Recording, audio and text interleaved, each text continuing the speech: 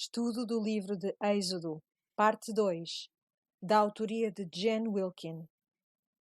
Este estudo foi traduzido e adaptado pela equipa das Mulheres da Lapa. A encomenda dos cadernos de estudo pode ser feita através do e-mail mulheresdalapa@gmail.com. Então, como nós já falámos no passado, quando fizemos estudos sobre o Antigo Testamento, é muito importante para nós compreendermos aquilo que Êxodo está a dizer. Jesus diz no Evangelho de João que se os fariseus tivessem compreendido o que o Antigo Testamento estava a dizer, eles teriam sabido quem ele era. Porque Jesus diz que eles teriam sabido quem ele era porque o Antigo Testamento, as Escrituras, falavam dele. Então, aquilo que nós queremos fazer aqui, ao avançar neste estudo, é ver onde ele está. Não queremos ser como algumas pessoas que revolvem qualquer pequena pedrinha à procura de Jesus no texto. Não. Há gente que faz os estudos assim, mas nós queremos ver Jesus onde ele de facto está para ser encontrado. E é isso que vamos tentar fazer neste estudo. Muito rapidamente, quero que olhemos para trás um pouco e ver em que ponto é que nós estamos então no livro de Êxodo. Quando nós começámos no estudo anterior do livro de Êxodo, tivemos o nascimento de Moisés e tivemos a chamada de Moisés. E vai ser muito importante para nós lembrarmos como isto aconteceu. Como foi? Estava no Monte Sinai, estava em frente a uma sarça ardente e teve de tirar as suas sandálias porque estava em solo sagrado. E houve muito temor e tremor. E agora vamos ver como tudo isso vai completar um círculo completo. Depois da chamada de Moisés, houve a chamada para ir para Midian, depois casou-se, voltou para o Egito, teve o conflito com o faraó, quando tentou tirar o seu povo do Egito. Depois houve 10 pragas que ilustram a superioridade de Deus em relação aos deuses egípcios. E estas 10 pragas ilustram o caráter de Deus e hoje vamos olhar para os 10 mandamentos, como eles ilustram o caráter de Deus. E vamos ver como há uma estrutura tão bela nesta narrativa. Então, depois das 10 pragas, e a 10ª foi a morte do primogênito, que foi essencialmente um tirar à nação do Egito o seu próprio futuro, matando o seu primogênito, aquele para quem é a herança, ou seja, tudo aquilo que a família tinha investido, basicamente foi como se lhes dissessem: o teu futuro está a ser tirado de ti. Finalmente o faraó vacila, não é? Deixa-os ir embora.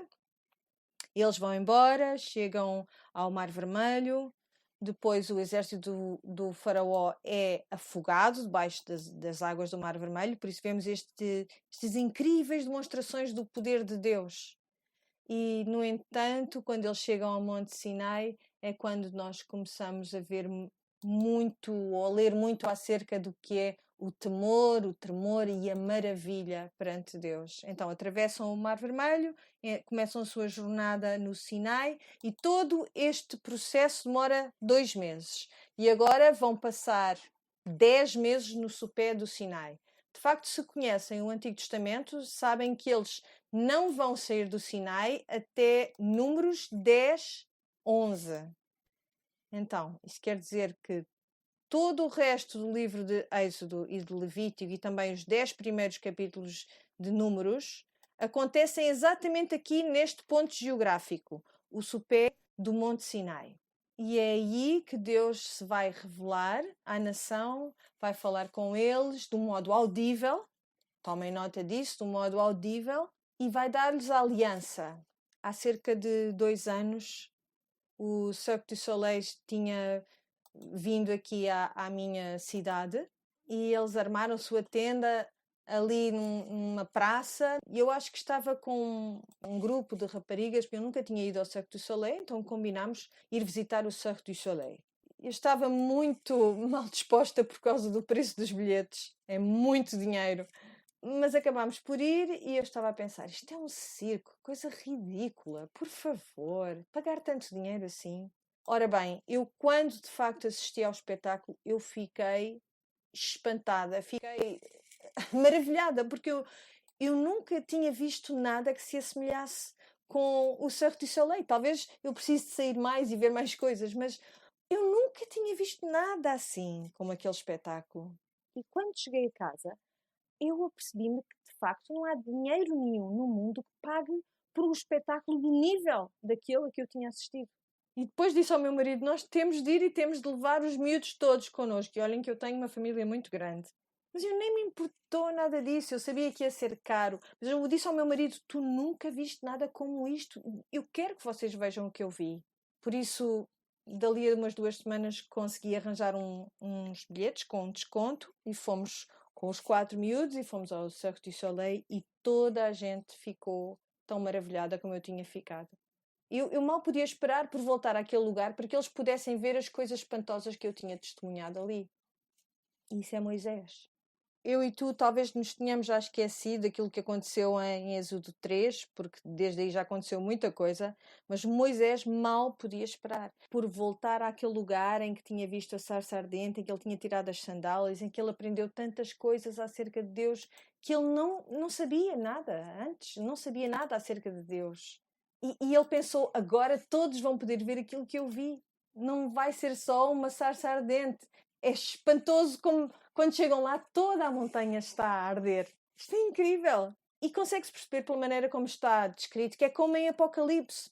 Não há maneira de descrever a coisa incrível, deixar sequer que a nossa mente consiga usar as palavras certas, pô-las na nossa boca para que nós consigamos dizer aquilo que estamos de facto a ver. Aquilo que nós vamos ver é a imagem dessa aparição de Deus perante os olhos humanos. Vamos ver como o povo reagiu a isto. É muito importante para nós lembrarmos aquilo que eu já disse na semana passada. Vamos procurar por Cristo o modo como Ele está nesta narrativa. Vai ser importante o modo como procuramos por Ele. Eu disse-vos que todo o êxodo, a saída de Israel, era uma imagem de quê? Da salvação, não é? Era a nossa salvação, sermos libertadas do castigo que o nosso pecado trazia. É como quando percebemos que éramos escravas do pecado e nos atiramos à misericórdia de Deus, e a sua resposta é de misericórdia para contigo. E então agora eles já não estão no cativeiro. Então vamos olhar para uma parte diferente da nossa salvação, que é a santificação. E lembram-se de eu ter falado nos 3 P's? Estamos livres da penalidade do pecado. Há um dia em que tu percebes que a tua condição é tão desgraçada que só Deus é que pode mesmo salvar-te e resgatar-te, e percebes que nunca mais vais ser responsabilizado ao ponto de teres de pagar a pena, a punição pelo teu pecado, porque Cristo já pagou. Depois a nossa salvação continua, não acaba ali. Apesar de já não estarmos debaixo da penalidade do pecado, ainda estamos a lutar com o poder que esse pecado tem. Então, a primeira parte do estudo era destinado, ou o seu propósito era vermos como Israel foi libertada do Egito. E esta segunda parte, vamos perceber como foi a santificação de Israel. Como é que Israel chegou a este deserto? Estavam perdidos? Não, o Senhor levou-os, guiou-os até lá, fielmente, para os testar e para lhes mostrar que eles precisavam mesmo de Deus. E também para mudar os seus apetites e os seus desejos. Então, Ele tem estado a alimentá-los de maná e de codornizes, e tem estado a ensinar-lhes que eles estão completamente dependentes dele e da sua providência. E nós compreendemos também isso, também aprendemos isso como novos crentes. Começamos a perceber que no início pensávamos que o Senhor era alguém que nós precisávamos ou que queríamos, e depois, mais tarde, entendemos: não, espera, Deus é tudo o que eu tenho. E por isso o Senhor põe-nos nessas posições em que nós conseguimos ver as coisas como elas são de facto. E por isso eles estão no sopé do Sinai para aprenderem várias lições sobre idolatria, sobre quem Ele é. E tudo isso faz parte do nosso processo de santificação. E é aí que nós começamos a ser libertadas do poder, o segundo P, do pecado. Não quer dizer que o pecado deixe de ter qualquer efeito sobre nós, mas é como se antes fôssemos escravas e só pudéssemos dizer que sim. E agora temos o poder de dizer que não, pelo poder do Espírito Santo. E é para isto que nós vamos olhar, como a nossa santificação está representada naquilo que está a acontecer na história de Êxodo neste ponto. Vai ser muito importante lembrarmos disto. Porque Como é que muitas pessoas chegam à conclusão de que estão libertas da punição do seu pecado? Obedecendo o quê? À lei. Elas acreditam que podem ser boas o suficiente, sendo obedientes o suficiente, poderão ser salvas, porque Deus irá aceitá-las por serem boas o suficiente. Mas se repararem, nesta história, quando a lei é dada ao povo de Israel, não lhes é dado quando Moisés volta de Midian e vai ter com eles e lhes diz: Deus quer que nós vamos adorá-lo numa montanha. Porquê? Porque eles ainda são escravos nesse momento. A lei não é dada aos hebreus até estarem libertados do seu cativeiro. Isto é uma amostra de como nós somos salvos apenas pela graça. E depois, só depois de sermos salvos é que a lei nos é dada. Podemos perguntar porquê? Porquê que a lei então lhes é dada? Às vezes na igreja, talvez tenham reparado, quando falamos da lei, falamos de uma maneira quase pejorativa, negativa. Eu já não estou debaixo da lei, estou debaixo da graça. Por isso temos graça de um lado, lei do outro lado, e parece que são opostas. E eu quero desafiar esta perspectiva. Então, vamos olhar para o capítulo 19 e ver aquilo que descobrimos. Êxodo 19, 1 diz: Ao terceiro mês da saída dos filhos de Israel da terra do Egito, no mesmo dia, vieram ao deserto de Sinai. Então diz quanto tempo passou desde que eles saíram do Egito. Foi ao terceiro mês que eles saíram. Então saíram do deserto do Sinai e diz no versículo 2: Tendo partido de Refidim, vieram ao deserto de Sinai e acamparam no deserto. Mais uma vez, o deserto de Sinai. Repete várias vezes. E nós às vezes lemos estas repetições e pensamos: mas caramba, tantas repetições, para quê? Já percebi. Não percebeste. É por isso que o texto repete várias vezes as mesmas coisas. Deus levou-os ao deserto, no deserto. Eles estão lá com um propósito. Israel, pois, ali acampou-se de frente do monte, e subiu Moisés a Deus, e o Senhor o chamou do monte, dizendo: Assim falarás à casa de Jacó e anunciarás aos filhos de Israel. Ora bem, agora é Deus que se está a repetir a si mesmo. Viram? Diz: Assim falarás à casa de Jacó e anunciarás aos filhos de Israel. Então, Jacó e Israel era a mesma pessoa. Então, basicamente, temos uma repetição dentro desta frase e é interessante pensarmos um pouco nisto, se conhecermos a história do nome da nação de Israel, porque o homem, a partir do qual eles receberam o seu nome, tinha uma espécie de esquizofrenia espiritual na sua vida. E eu consigo identificar-me com isto. Começa por chamar-se Jacó, que quer dizer o enganador. Depois Deus dá-lhe um novo nome. Ele passa a chamar-se Israel. E Israel quer dizer Deus luta. Então ele passa de ser o enganador para ser o Senhor luta. E depois em Gênesis vemos que apesar dele ser chamado Israel, metade do tempo chamam-lhe Jacó, outra metade chamam-lhe Israel. E ele, na verdade, ele comporta-se mais como Jacó do que como Israel. Porquê? Porque ele está a ser santificado, é o seu processo de santificação. Ele tem um poder, um novo poder que lhe foi dado, mas ele nem sempre usa esse poder. E essa é também a nossa história, não é? Por isso, para mim, é interessante que aqui diga: Assim falarás à casa de Jacó e anunciarás aos filhos de Israel. O Senhor sabe. Ele está a lidar com esquizofrenia espiritual. Eles nem sequer começaram a jornada deles e ele já está a ver o ponto em que eles vão parar, aquilo que lhes vai acontecer e também todo o seu percurso. Não temos, com as queixas todas que eles fizeram, não temos água, não temos o que comer, não temos isto, não temos aquilo. Por isso tem havido um constante questionar e um duvidar de quem Deus é. Ele sabe muito bem com quem está a lidar. Ele está a lidar com a casa de Jacó e os filhos de Israel. Versículo 4. Vós tendes visto o que fiz aos egípcios, como vos levei sobre asas de águias e vos trouxe a mim. Isto é uma coisa tão bonita que foi dita aqui. Vocês perceberam isto quando responderam às perguntas? O destino deste povo não era um lugar. O seu destino era uma pessoa. Vos trouxe a mim. E diz: Agora, pois, se diligentemente ouvirdes a minha voz e guardardes o meu concerto, então sereis a minha propriedade peculiar de entre todos os povos, porque toda a terra é minha. E vós me sereis um reino sacerdotal e o povo santo. Estas são as palavras que falarás aos filhos de Israel. Então, ele está a dar-lhes as palavras a Moisés para ele levar ao povo de Israel e está a dizer: se vocês obedecerem estas palavras, vocês serão o meu reino sacerdotal e o meu povo santo. Deus diz também, porque toda a terra é minha. E nós sabemos isto. Nós já sabemos que toda a terra pertence ao Senhor, mas o que é que ele quer dizer? Toda a terra é minha. Eu podia escolher quem eu quisesse e eu escolhi-vos a vocês. Eu derramei o meu favor sobre vocês. Porquê? Não sabemos. De acordo com a sua disposição, a sua vontade. E não é essa a nossa história também? Somos murmuradores, queixamos-nos, duvidamos, temos esquizofrenia espiritual. E ele diz, de todos aqueles que eu podia escolher, eu derramei o meu favor especial sobre ti.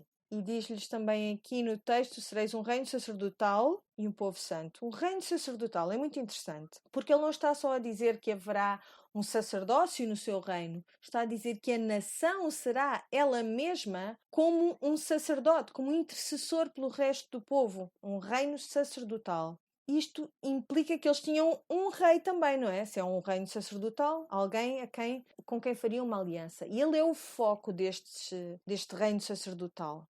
Vocês terão um propósito especial, vocês foram escolhidos para algo especial. Estas são as palavras que falarás aos filhos de Israel. Versículo 7 diz, e veio Moisés e chamou os anciãos do povo e expôs diante deles todas estas palavras que o Senhor lhe tinha ordenado. Então todo o povo respondeu a uma voz e disseram, tudo o que o Senhor tem falado, faremos. E nós lemos isto e dizemos, desculpa lá, não vão fazer nada. Aquelas que me estão a ouvir que são casadas, respondam a esta pergunta. É verdade ou é mentira que tu estiveste em pé perante uma quantidade de testemunhas e acordaste a assinares um contrato, uma aliança, um acordo, e conforme tinham sido colocadas as perguntas, tu respondeste sim, aceito, sim, prometo. Mas será que não era melhor nós, em vez de dizermos aceito, prometo, reconhecermos e dizermos quero fazer, desejo fazer? Eu acho que era muito mais honesto, muito mais verdadeiro. Quase que me apetece voltar e refazer os meus votos de casamento. Porquê é que nós dizemos ali, perante aquelas pessoas todas, que sim, que aceitamos, que prometemos, que fazemos? Como é que nós podemos dizer uma coisa destas? Nós só podemos dizer que queremos fazer, que desejamos fazer. Porque há muita coisa que nós sabemos que não vamos fazer. É interessante quando nós lemos a descrição do amor que aparece em 1 Coríntios, quando descreve o amor, dizendo que ele é sempre assim, que é consistentemente deste modo, que se expressa sempre assim. Esta não é a maneira como nós amamos, pois não. Nós não conseguimos ser sempre consistentes a esse ponto. É o tipo de coisa que nós dizemos às pessoas quando estamos numa discussão. Tu fazes sempre isto. E não é verdade, isto não é verdade. As pessoas não fazem sempre a mesma coisa, ninguém consegue ser assim tão consistente. Então nós dizemos este tipo de coisa para que pareça ou melhor ou pior, dependendo de que lado da discussão é que nós estamos. Então nós gostamos muito de usar as palavras sempre e nunca como palavras finais. E muitas vezes lê-se até essa passagem da carta aos Coríntios como fazendo parte dos nossos votos. Mas não. Aquilo não são versículos que descrevam o nosso amor um pelo outro. Esses versos descrevem o amor de Deus por nós. Porque Deus é o único que sempre faz alguma coisa e é o único que nunca faz alguma coisa. E de vez em quando, ocasionalmente, Deus pode formar uma aliança connosco porque Ele sempre e nunca. Mas nós não. Porquê? Porque nós mudamos e Deus é imutável. Ele não tem desejo nenhum de mudar e isso são excelentes notícias para mim e para ti, porque quer dizer que nunca consegues mudar a ideia de Deus e os teus planos. Principalmente quando se trata deste acordo que nós vemos aqui perante nós no capítulo 19, uma quantidade de gente perante Deus a dizer sim, assim faremos, quando nós sabemos que eles não vão fazer nada disso. Ele sim, Ele fará. Ele fará. Por isso, eles dão uma resposta apropriada e é um reflexo do seu desejo profundo de fazer aquilo que o Senhor lhe está a pedir. E diz no versículo 9, e disse o Senhor a Moisés, eis que eu virei a ti numa nuvem espessa para que o povo ouça, falando eu contigo, e para que também te creiam eternamente. Então, porquê é que o Senhor está a chegar numa nuvem espessa? O que é que Ele está prestes a fazer? Ele está prestes a validar o papel de Moisés como mediador. Perceberam isto no final do versículo? Para que as pessoas ouçam, que o povo ouça quando eu falo contigo e para que te creiam. Então Deus vai falar diretamente com o povo nesta instância e a partir daqui virá tudo através de Moisés. Moisés vai ser sempre o mediador. Então Deus quer ser um lembrete visível, uma afirmação visível. Este aqui, Moisés é meu mediador. E ele faz aqui uma afirmação audível. Vemos isto em mais algum lado neste livro? Lembram-se do batismo de Jesus? E o Monte da Transfiguração, lembram-se? Este é o meu filho, ouçam-no. Então, Moisés já está a ser uma pré-figura do trabalho de Cristo. E Deus diz audivelmente a este povo: este é o mediador que eu escolhi. No final do versículo 9 diz: porque Moisés tinha anunciado as palavras do seu povo ao Senhor. Disse também o Senhor a Moisés: vai ao povo e santifica-os hoje e amanhã, e lavem eles os seus vestidos, e estejam prontos para o terceiro dia, porquanto ao terceiro dia o Senhor descerá diante dos olhos de todo o povo sobre o monte Sinai, e marcará os limites ao povo em redor, dizendo: guardai-vos que não subais ao monte, nem toqueis o seu termo. Todo aquele que tocar no monte certamente morrerá. Nenhuma mão tocará nele, porque certamente será apedrejado ou asseteado. Quer seja animal, quer seja homem, não viverá. Soando a buzina longamente, então subirão ao monte. Então Moisés desceu do monte ao povo e santificou o povo e lavaram os seus vestidos e disse ao povo: estai pronto ao terceiro dia e não vos chegueis a mulher. Primeira vez que lemos isto pensamos: epá, então, olha que essa doeu. Ele está a falar de sexo, ele está a dizer não tenham relações sexuais. Porquê? Porque isto é uma forma de jejum, certo? Não quer dizer que as mulheres sejam más. É uma referência, olha, põe-te direitinho, clarifica a tua mente, não te distraias com outras coisas. Então, tiveram 3 dias para se prepararem. Eu não sei se vocês alguma vez viram algum documentário, por exemplo, sobre a Rainha de Inglaterra, sobre os casamentos reais, em que vemos que há pessoas que vão medir, antes do banquete, vão medir o espaço entre cada talher, entre cada copo, entre cada prato. Tudo tem que estar no seu lugar exato e há um tempo determinado para cada parte da refeição. E é tanto trabalho, cada uma destas partes demora tanto a acertar para se poder chegar ao banquete. Então, eles têm 3 dias para se prepararem, é algo também meticuloso e que lhes dá esse tempo de que eles precisam para que tudo seja feito como deve ser. Já não tomavam banho há 7 semanas, pelo menos, desde que tinham saído do Egito. E então chegou o tempo de se lavarem, de se prepararem. Eles vão ser consagrados e têm de se preparar para a chegada do Senhor. É interessante. Eu penso, será que nós nos lembramos sequer de fazer algo assim? Nós chegamos à casa do Senhor para o adorar a cada semana e quase ninguém já pensa em vestir-se de uma maneira mais aprumada, mais cuidada. Quase que parece que se faz questão de vestir assim a roupa mais casual que se consegue encontrar. Eu não estou a dizer que isto está errado, ok? Não há aqui nenhum mandamento para as pessoas vestirem as suas melhores roupas domingueiras. Mas pensem bem que estas pessoas tiveram que fazer esta preparação toda porque eles de facto só tinham as roupas que tinham nas costas, então estavam muito sujas e tinham de ser lavadas. Mas será que nós, mais do que as roupas, preparamos o nosso coração? Será que tomamos o nosso tempo para nos prepararmos, para irmos à casa de Deus, para irmos louvar a Deus, para pensar naquilo que vai acontecer, no tempo de adoração, na pregação, na comunhão com os irmãos? Será que nos preparamos? É porque esta imagem que nós temos aqui, prepara-te, consagra-te. Sabem que eu acredito que o tempo que nós passamos aqui, em frente aos nossos livros de estudo, aos nossos cadernos, é uma espécie também de tempo de preparação e de consagração. De modo a que quando nós cheguemos ao tempo de adoração que costumamos ter ao domingo, já passaste um bom tempo na palavra ao longo da semana e estás preparada espiritualmente para aquilo que vai acontecer. Consagrarmos-nos, sermos consagradas. Esta questão de estabelecer aqui os limites, que vemos aqui também no povo, do que é que toca no monte, o que é que não toca no monte. Há comentadores que dizem que isto era um limite físico. Havia um cordão que separava as pessoas do monte. Não sei, talvez tenha sido verdade, ou talvez apenas tenham dito às pessoas afastem-se aqui desta área e quando soar a buzina ou a trombeta, está aqui no versículo 13, esta é uma buzina diferente, ok? Este é aquele chifre do carneiro. Este é um aviso de que está tudo bem, que o Senhor já voltou para o topo do monte e a partir daí as pessoas sabem que podem subir ao monte. Então, versículo 16. E aconteceu ao terceiro dia, ao amanhecer, que houve trovões e relâmpagos sobre o monte, e uma espessa nuvem, e um sonido de buzina muito forte. Atenção, esta é diferente daquela. Aquilo que ele está a falar aqui, nós não temos a certeza se foi um trovão como os outros trovões que nós ouvimos. Será que era um vulcão no meio do deserto? Nós não sabemos aquilo que aconteceu.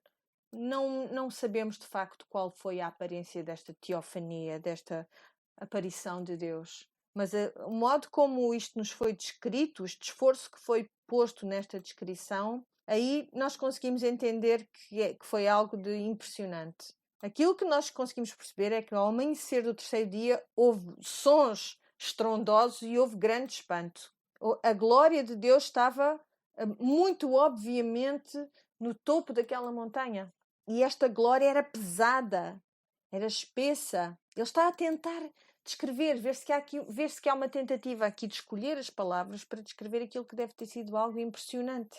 Em algumas traduções, a nuvem é traduzida por uma glória pesada. Isto é muito interessante. É interessante para mim porque aponta para o Novo Testamento, para 2 aos Coríntios 4. Escutem lá, a partir do versículo 16. Por isso não desfalecemos, mas ainda que o nosso homem exterior se corrompa, o interior, contudo, se renova de dia em dia.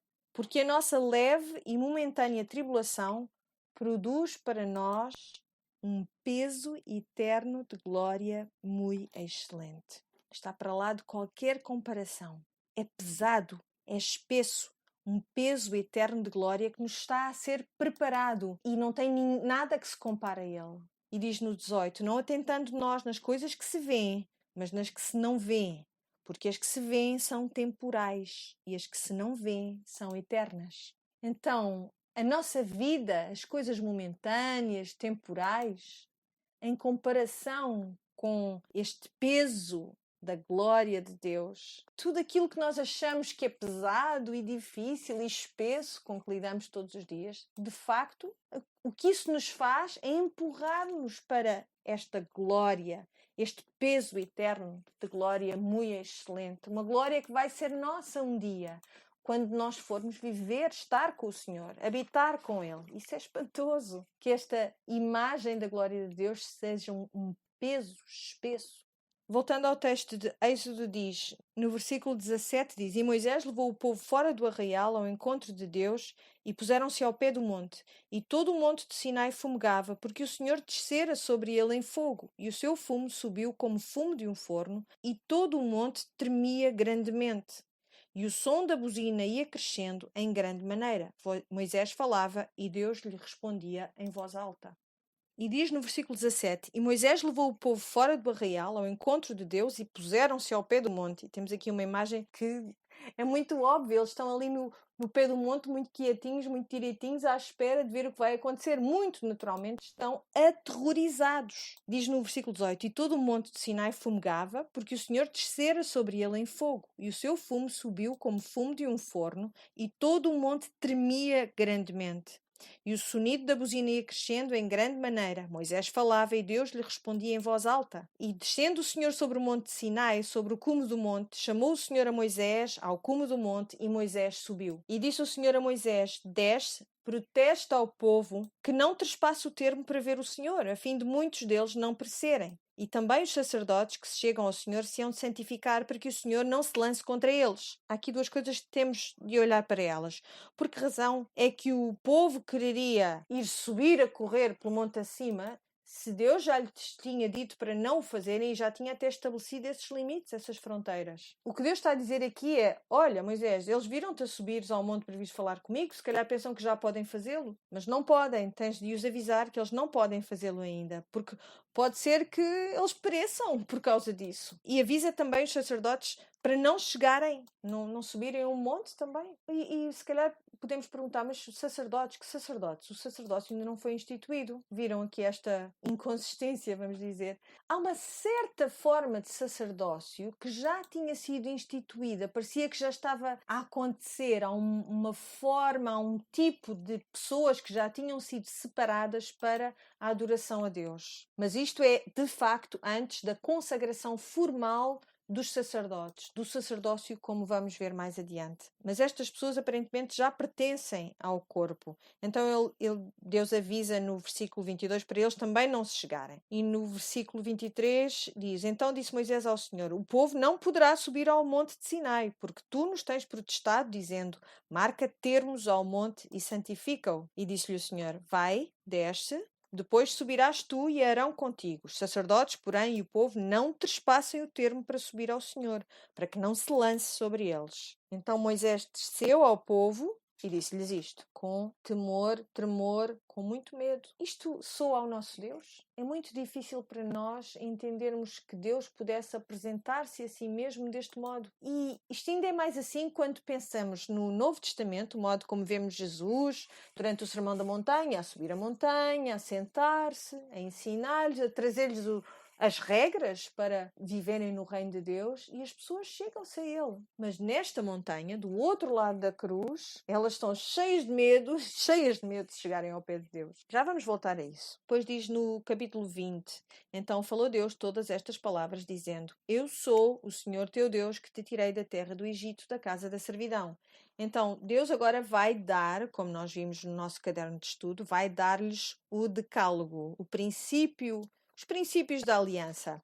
E vimos que, aliás, tinha algumas semelhanças com outras alianças que era costume estabelecerem-se no Oriente Próximo, nesta altura da história. Havia sempre uma introdução que envolvia um título real, por isso ele diz: Eu sou o Senhor teu Deus. Numa aliança típica haveria uma quantidade de títulos no início de um acordo, de um tratado, mas Deus diz simplesmente: Eu sou o Senhor teu Deus. Porquê? Porque ele está a fazer eco desse outro tempo em que Moisés estava no topo da montanha com a sarça ardente e em que ele, perguntando a Deus: Quem é que eu digo que me enviou? E ele responde-lhe: Eu sou o Senhor teu Deus. Eu não sou uma pluralidade de deuses, eu sou esse Deus, aquele Deus. Eu trouxe do Egito. E mais uma vez ele está aqui a mencionar a história que ele e Moisés já têm, que Deus e Moisés já têm juntos, que o povo e Deus já têm juntos. O Deus que te tirou da terra do Egito, da casa da servidão. E depois vai começar a entrar nos requerimentos gerais desta aliança. Por isso nós vamos abordar os 10 mandamentos. Neste momento eu vou só lê-los sem parar muito em cada um, porque nós vamos poder estudá-los mais nas próximas semanas. E diz: Não terás outros deuses diante de mim. O que é que já podemos aprender de Deus a partir deste mandamento? Deus é o único Deus verdadeiro. Não farás para ti imagem de escultura, nem alguma semelhança do que há em cima nos céus, nem embaixo na terra, nem nas águas debaixo da terra. Não te encurvarás a elas, nem as servirás, porque eu, o Senhor teu Deus, sou Deus zeloso, que visita a maldade dos pais nos filhos, até à 3ª e 4ª geração daqueles que me aborrecem. E faço misericórdia em milhares aos que me amam e guardam os meus mandamentos. O que é que nós aprendemos sobre Deus aqui? Ele disse logo, é fácil, Deus utiliza o termo zeloso e que às vezes é traduzido por ciumento. E normalmente pensamos em ciúmes, pensamos em algo pejorativo, negativo, certo? Vamos lá ver uma coisa. Quando tu tens ciúmes do penteado da tua amiga porque está com muito melhor aspecto do que o teu, porquê é que tu tens ciúmes? Porque tu queres uma coisa que não é tua. Quando Deus é ciumento ou é zeloso porque estás a adorar outra coisa, porquê é que ele é ciumento? Porque ele quer algo que é dele. É dele. Pertence-lhe a ele. A tua adoração pertence ao Senhor. O ciúme de Deus não é como o nosso ciúme. Vamos ver o que se segue. Versículo 7. Não tomarás o nome do Senhor teu Deus em vão, porque o Senhor não terá por inocente o que tomar o seu nome em vão. O que é que aprendemos sobre Deus aqui? A palavra de Deus permanecerá. Nós vamos falar sobre o que quer dizer este mandamento muito mais nas próximas semanas. Mas isto tem a ver com usar o nome de Deus de um modo que de facto represente verdadeiramente o caráter de Deus. Versículo 8. Lembra-te do dia do sábado para o santificar, 6 dias trabalharás e farás toda a tua obra, mas o 7º dia é o sábado do Senhor teu Deus. Não farás nenhuma obra, nem tu, nem teu filho, nem tua filha, nem o teu servo, nem a tua serva, nem o teu animal, nem o teu estrangeiro que está dentro das tuas portas.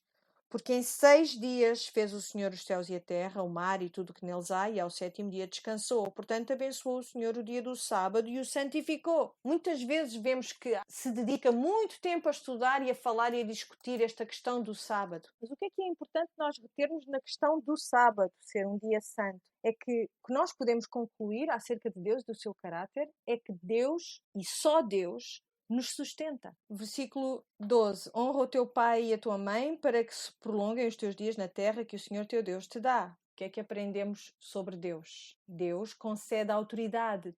Toda a autoridade é dada por Deus. Mas estas não são as únicas coisas que nós aprendemos sobre Deus. Isto é apenas uma pincelada inicial. Versículo 13. Não matarás. Deus é aquele que preserva a vida e que dá a vida. Não adulterarás. Porquê? Porque Deus é fiel. Não furtarás. Porquê? Porque tudo pertence a Deus.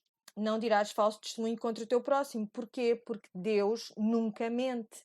Ele é verdadeiro. Não cobiçarás a casa do teu próximo, não cobiçarás a mulher do teu próximo, nem o seu servo, nem a sua serva, nem o seu boi, nem o seu jumento, nem coisa alguma do teu próximo. Porquê? Porque Deus é suficiente. Então, nós percebemos isto, nós entendemos esta introdução e é como se Deus traçasse assim um panorama geral. E nós vamos passar estas 2 semanas neste panorama. E depois temos o livro da aliança, que nos diz como é que estas 10 coisas têm um reflexo na nossa vida de todos os dias. Mas isso será só na semana 5. Então, Deus dá-lhes a lei. E Ele dá-lhes a lei no momento em que eles estão preparados e capazes de a usarem. Porque até sermos libertados da nossa escravidão do pecado, o que é que a lei nos pode fazer? Só pode condenar, condenar, condenar. A lei serve 3 propósitos. Eu quero que pensem nisto. Eu acabei de mencionar um. O primeiro propósito da lei para nós é servir como um espelho.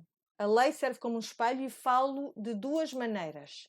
A primeira maneira como a lei serve como um espelho é para revelar o caráter de Deus. Acabámos de ver isso. Olhámos para os 10 mandamentos e vimos como a lei é um reflexo do caráter de Deus em cada uma das suas afirmações. Por isso, é um espelho para revelar o caráter de Deus, mas vocês se calhar já sabem também mais uma coisa. Sempre que vemos o caráter de Deus, o que é suposto fazermos? Vermos a nós mesmas como em relação ao caráter de Deus. Então, a lei age como um espelho, porque também nos mostra o nosso pecado. Por isso, este é o primeiro propósito da lei, ser um espelho para nós. Mas há um segundo propósito. A lei é-nos dada para ilustrar o mal. Isto é muito simples, não é? Uma afirmação simples. É-nos dada por Deus para um mundo onde o mal não será completamente limitado, de um modo absoluto, até o quê? Até vir o novo reino.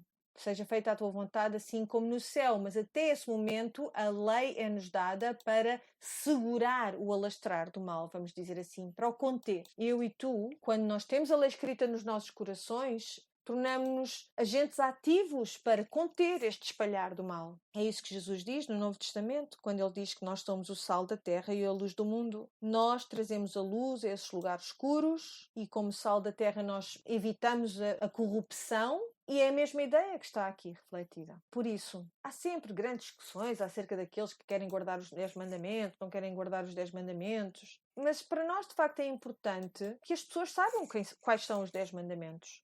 Porque nós acreditamos que estas leis que são morais vão conter a disseminação do mal. Nós queremos que as pessoas as conheçam, por isso é que às vezes há posições mais extremadas e mais peremptórias em relação a não nos esquecermos do que são os 10 mandamentos. Eu quero assegurar-vos que, mesmo que um mundo em trevas como este nunca valorize essas leis, se essas leis estão de facto escritas em corações de carne, elas vão ter muito mais impacto na nossa sociedade. Lutemos por isso. Preocupemos-nos menos com as mostras públicas dos 10 mandamentos, se eles estão escritos em algum lado, evidente ou não. Aquilo que está escrito na pedra, que seja menos uma preocupação do que a mostra pública dos 10 mandamentos, que nasce das nossas ações, da nossa carne. Por isso que a nossa vida, a nossa própria vida, seja algo que evidencie denuncia o mal, no sentido que o expõe, que o mostra, que não deixa que ele alastre e que contenha as ações más daqueles que estão entregues ao mal. Então, o segundo propósito da lei é conter o mal. E o terceiro propósito da lei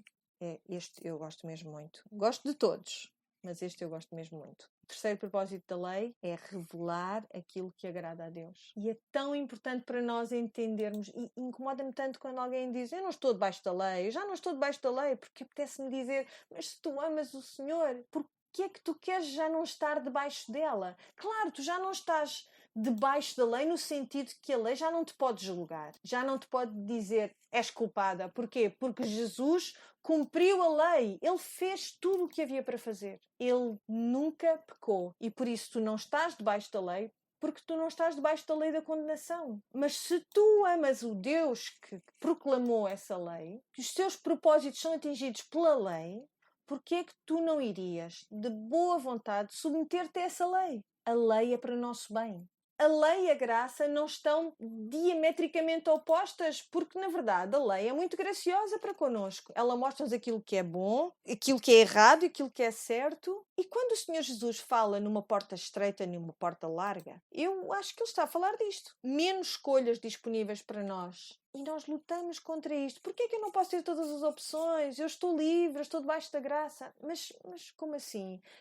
Deus não quer que tu obedeças por ressentimento ou que obedeças quando na verdade no teu coração estás ressentida contra Ele. Ele pede que essa tua obediência seja feita com muita alegria e que ela venha da tua gratidão. A pessoa que se lembra de que ela era uma escrava, ama a lei de Deus e medita nela dia e noite. Jesus diz, no Novo Testamento, João 14,15 diz: se tu me amas, obedece aos meus mandamentos. Nós mostramos amor por Deus quando obedecemos aos seus mandamentos e quando amamos a sua lei, que é uma ilustração do seu caráter. A lei é boa para nós. A lei é segura, está certa e é boa. Não, já não te condena ao inferno, mas é-te útil para a tua santificação. Mostra-nos que este é o caminho e caminha nele. Por isso, lembrem-me sempre de que a lei é dada à nação de Israel quando eles estão no deserto, não quando ainda estão na escravidão do Egito. Deus, com misericórdia, dá-lhes a lei quando eles já estão capazes de obedecer à lei. E será que vão estar sempre capazes e disponíveis para obedecer à lei? Não, é por isso que nós precisamos da graça. Vamos terminar, vamos para o versículo 18. E todo o povo viu os trovões e os relâmpagos e o sonido da buzina e o monte fumegando, e o povo, vendo isso, retirou-se e pôs-se de longe, e disseram a Moisés: fala tu conosco e ouviremos. E não fale Deus conosco para que não morramos. Literalmente, eles acharam que a voz do Senhor poderia matá-los. Versículo 20. E disse Moisés ao povo: não temais, que Deus veio para provar-vos e para que o seu temor esteja diante de vós, para que não pequeis. Espera lá, o que é que Moisés está a falar aqui? Moisés está a estabelecer uma distinção entre o bom tipo de medo que devem ter, que é o temor, e o mau tipo de medo, que não devem ter. Então, ele diz: não temam, que Deus veio provar-vos. Isto é para vos ensinar alguma coisa. E para que o seu temor esteja diante de vós, para que não pequeis. Então, é bom temer ao Senhor. Porquê? Porque nos guarda de pecar. É bom que tenhamos um entendimento correto de quem Ele é. E sempre que Deus nos mostra o seu caráter, sempre que alguém vê Deus como Ele de facto é, no Novo Testamento, no Antigo Testamento, a resposta é sempre a mesma. Ai de mim, miserável homem sou. Porquê? Porque a lei é este espelho, nós vemos o caráter de Deus, aí vemos também o nosso caráter e percebemos que estamos muito piores do que pensávamos que estávamos. E por isso Moisés diz-lhes: temam Deus, sim, para que possam ter o benefício desse temor. Mas não o temam, porque Ele não vos vai aniquilar. Porque Ele é que vos escolheu no meio de todos os povos da terra. Ele não vai aniquilar-vos. Diz no versículo 21, e o povo estava em pé de longe, Moisés, porém, se chegou à escuridade onde Deus estava. Vamos ler o que diz Deuteronômio capítulo 5. Temos uma espécie de uma expansão daquilo que aconteceu aqui. Vemos que Moisés está a fazer uma espécie de reflexão acerca daquilo que aconteceu. Deuteronômio 5, no versículo 22, a partir do versículo 22. Estas palavras falou o Senhor a toda a vossa congregação no monte, do meio do fogo, da nuvem e da escuridade, com grande voz, e nada acrescentou. E a escreveu em 2 tábuas de pedra, e a mim as deu. E sucedeu que, ouvindo a voz do meio das trevas, e vendo o monte ardendo em fogo, vos achegastes a mim, todos os cabeças das vossas tribos e os vossos anciãos, e dissestes: Eis aqui o Senhor nosso Deus nos fez ver a sua glória e a sua grandeza, e ouvimos a sua voz do meio do fogo. Hoje vimos que Deus fala com o homem e que o homem fica vivo. Agora, pois, porque morreríamos, pois este grande fogo nos consumiria. Se ainda mais ouvíssemos a voz do Senhor nosso Deus, morreríamos. Porque quem há de toda a carne que ouviu a voz do Deus vivente, falando do meio do fogo como nós, e ficou vivo? Chega-te tu, Moisés, e ouve tudo o que disser o Senhor nosso Deus, e tu nos dirás tudo o que te disser o Senhor nosso Deus, e o ouviremos e o faremos. Versículo 28. Ouvindo, pois, o Senhor a voz das vossas palavras, quando me faláveis a mim, o Senhor me disse: Eu ouvi a voz das palavras deste povo, que te disseram: Em tudo falaram eles bem. Em tudo falaram bem. Era perigoso para eles que Deus continuasse a falar com eles diretamente. E depois no 29 diz: Quem dera que eles tivessem tal coração que me temessem e guardassem todos os meus mandamentos todos os dias, para que bem lhes fosse a eles e aos seus filhos para sempre. Vai, diz-lhes, tornai-vos às vossas tendas. Porém, tu estás aqui comigo para que eu a ti te diga todos os mandamentos, e estatutos e juízos que tu lhes has de ensinar que cumpram na terra que eu lhes darei para possuí-la. Então reparem aquilo que acabou de acontecer aqui. O povo, com toda a razão, temia a santidade de Deus. E eles pediram a Moisés para ser o seu mediador, aquele que estaria no meio. E o Senhor diz: Isto é bom. Porquê? Porque Moisés é uma imagem de Cristo. É bom e é certo que nós temamos a santidade de Deus, no sentido de que Ele é quem Ele diz que Ele é. Então, tudo é muito pior do que nós pensávamos. É bom que eles tenham um mediador. E vejam o que aconteceu noutra noite, em que houve também muita maravilha e que houve momentos muito difíceis e um som tremendo. Ora, havia naquela mesma comarca pastores que estavam no campo e guardavam durante as vigílias da noite o seu rebanho. E eis que o anjo do Senhor veio sobre eles, e a glória do Senhor os cercou de resplendor, e tiveram grande temor. E o anjo lhes disse: Não temais, porque eis que aqui vos trago novas de grande alegria, que será para todo o povo. Pois na cidade de David vos nasceu hoje o Salvador, que é Cristo o Senhor. E isto vos será por sinal: achareis o menino envolto em panos e deitado numa manjedoura. E no mesmo instante apareceu com um anjo uma multidão dos exércitos celestiais, louvando a Deus e dizendo: Glória a Deus nas alturas, paz na terra, boa vontade para com os homens. Porque é que Deus tinha boa vontade para com os homens? Porque eram obedientes. Porque amavam a sua lei. Ele agradou-se deles por causa da criança. Ele agradou-se deles por causa do mediador que tinha finalmente chegado. Um que estaria entre a santidade de Deus e o pecado do homem e que dissesse: Eu vou falar as tuas palavras deste povo. Eu vou ser aquele que vai estar no meio.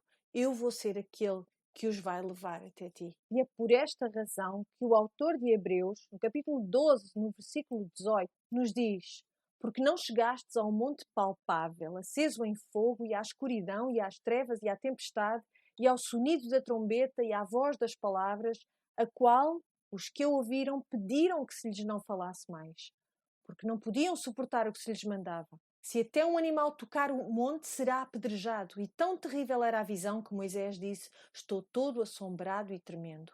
Mas chegastes ao monte Sião e à cidade do Deus vivo, à Jerusalém celestial e aos muitos milhares de anjos, à universal assembleia e igreja dos primogênitos que estão inscritos nos céus, e a Deus, o juiz de todos, e aos espíritos dos justos aperfeiçoados, e a Jesus, o mediador de uma nova aliança, e ao sangue da aspersão que fala melhor do que o de Abel. Vede que não rejeiteis ao que fala, porque se não escaparam aqueles que rejeitaram o que na terra os advertia, muito menos nós, se nos desviarmos daquele que é dos céus, a voz do qual moveu então a terra, mas agora anunciou, dizendo: Ainda uma vez comoverei não só a terra, senão também o céu. E esta palavra, ainda uma vez, mostra a mudança das coisas móveis como coisas feitas para que as imóveis permaneçam. Pelo que, tendo recebido um reino que não pode ser abalado, retenhamos a graça pela qual servamos a Deus agradavelmente, com reverência e piedade, porque o nosso Deus é um fogo consumidor. E Deus ainda é um fogo consumidor. Ele ainda é digno da nossa reverência e do nosso espanto. Ele é ambas as coisas. Conforme a oração do Pai Nosso nos lembra, Ele é nosso Pai e Ele está nos céus. Ele está perto e Ele está exaltado. Talvez o vejas mais como alguém assustador, perante o qual deves tremer, ou então o vês como um ursinho querido. Mas tem de haver um equilíbrio na maneira como nós vemos a Deus. É um Deus que está perto e é um Deus que está exaltado. Salmos 25:14 diz, eu vou ler a tradução da BPT, o Senhor comunica os seus segredos aos que o temem e dá-lhes a conhecer a sua aliança. Eu não sei, mas eu não comunico os meus segredos a alguém que não seja meu amigo. Então tu pensa nisto, seres amiga de Deus, isto é algo extraordinário. Ninguém consegue ser amigo de uma pessoa em quem não confia. Isto é uma imagem de autoridade? Não. É uma imagem de valor. Quando nós somos chamadas amigas de Deus, isso é um privilégio, isso é porque Ele nos vê como iguais. É quando alguém nos chama amigo, é alguém que está próximo dele. É um privilégio para mim ser chamada de sua amiga. É um privilégio que eu possa sequer chamar-lhe pai. E ele é ambos. Ele está alto, exaltado e está também próximo de mim. E este é um livro que nos mostra quanto ele deseja essa proximidade. Ele não permanecerá um Deus no topo de uma montanha com trovões e relâmpagos e assustador. Ele quer vir até nós. E é isso que nós vamos aprender nestas semanas. Vamos orar. Pai do céu, eu dou-te graças porque, apesar de nós termos tremor diante de ti, tu falas-nos. Ensina-nos o que quer dizer ter um medo ajustado de ti. E sempre que houver áreas da nossa vida em que nós estivemos aterrorizadas de te ter perto delas, lembra-nos de Jesus. Através dele o teu juízo está afastado de nós. Que nós possamos mais uma vez obedecer com alegria, em vez de temer sermos castigadas, Senhor. E, Senhor, se houver lugares na nossa vida em que nós nos tenhamos tornado demasiado confortáveis contigo, em que te tratemos como um amiguinho, em vez de te tratar como o Deus soberano, em que nós sejamos demasiado brandas com o nosso próprio pecado, Senhor, eu oro para que tu nos lembres de que tu és um Deus alto e elevado. Mostra-nos a tua glória, Pai. Nós damos-te graças pela mediação de Cristo, no nome de Jesus. Amém.